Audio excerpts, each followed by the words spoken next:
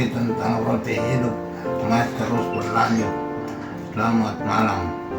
Kita melanjutkan diskusi itu pada hari ini karena juga dalam Injil Misa kita membaca roti hidup, tetapi hari ini lebih jelas bagaimana roti hidup dirumuskan dan diidentifikasikan kepada diri Yesus sebagai utusan Allah datang dari surga untuk membawa selamat bagi manusia.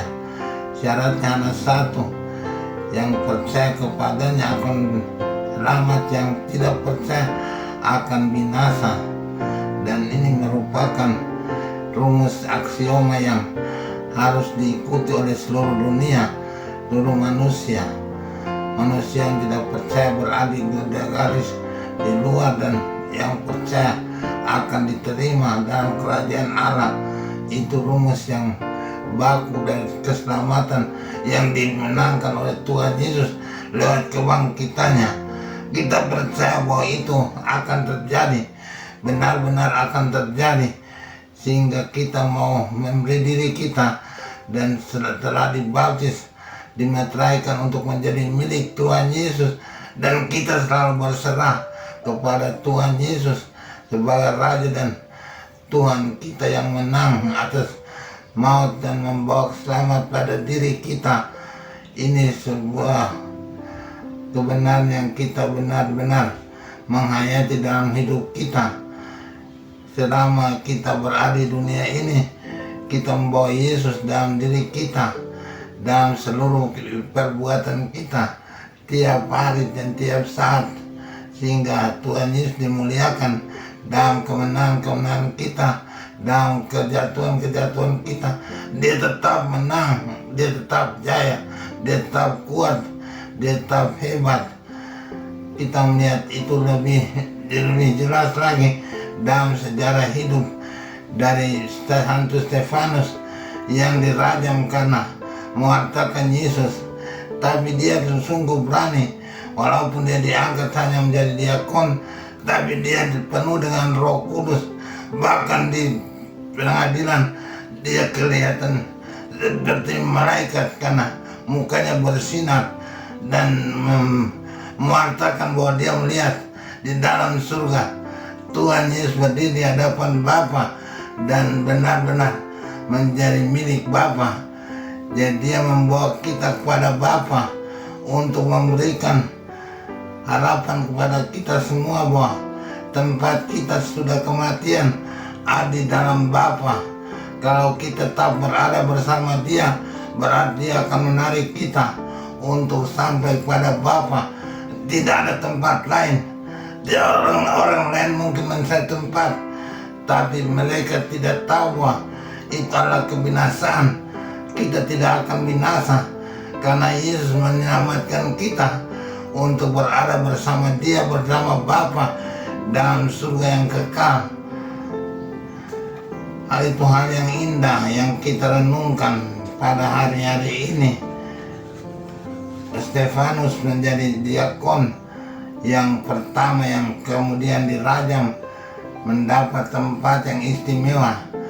Kematian Stefanus itu merupakan pemicu dari penginjilan ke seluruh dunia.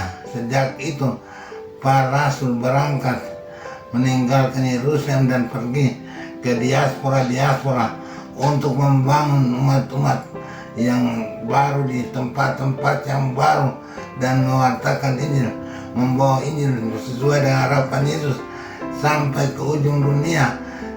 Pada semua manusia harus mendengar dan menerima Yesus sebagai juru selamat dunia dan manusia. Kita berharap bahwa ini bukan harapan yang palsu, karena sampai sekarang belum semua manusia menerima Yesus. Tetapi kita melihat juga bahwa di atas dunia ini lebih banyak orang yang percaya pada Yesus daripada yang tidak menerima Dia. Jadi mari kita harapkan bahwa pada waktunya dengan kuasa Tuhan dan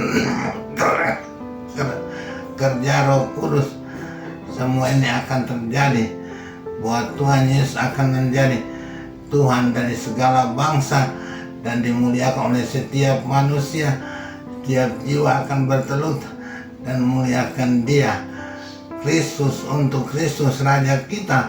Seruan dari Pak Uskup As dan kawan-kawan merupakan seruan dunia.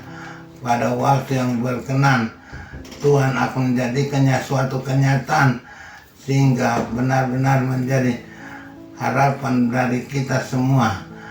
Kita berdoa pada waktunya, dan semoga para misionaris pada saat-saat ini tetap bersemangat untuk melakukan tugas penginjilan di mana saja mereka berada.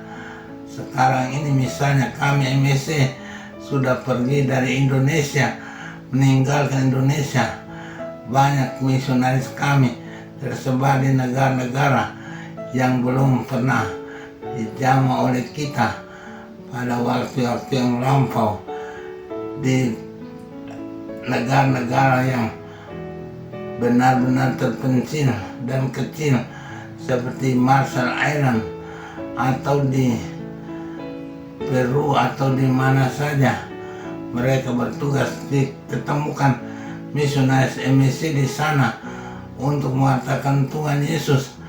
Kasih Tuhan Yesus adalah kekuatan kita. Dia sudah menjadi roti hidup bagi banyak orang, dan Dia menjadi roti hidup untuk misionaris MSC yang bekerja di luar negeri dan di dalam negeri. Tetap mencintai Tuhan Yesus sebagai Tuhan dan Raja kita, dan menjadi bagian yang tidak terpisahkan dari seluruh gerakan hidup yang kami perjuangkan. Semoga dalam tahun-tahun ke depan Tuhan Yesus dimuliakan di segala bangsa. Semboyan dari MSC dikasih hati kudus di seluruh dunia selama-lamanya. Ini menjadi suatu semboyan bagi kami, dan semoga pada waktunya akan menjadi semboyan dari semua umat manusia. Semoga demikian. Amin. Tuhan Bapa yang baik, kematian Stefanus menjadi pemicu sehingga para rasul meninggalkan Yerusalem dan menuju ke daerah-daerah baru yang mereka mulai membangun komunitas-komunitas perdana di tempat-tempat yang kecil dan terpencil untuk memulaikan karya penginjilan dalam gerejamu.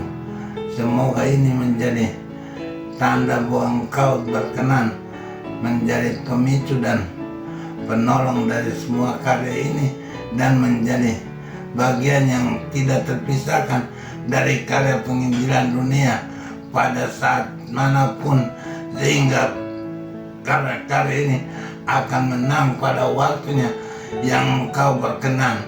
Demi Kristus Tuhan dan Juru Selamat kami sepanjang segala masa.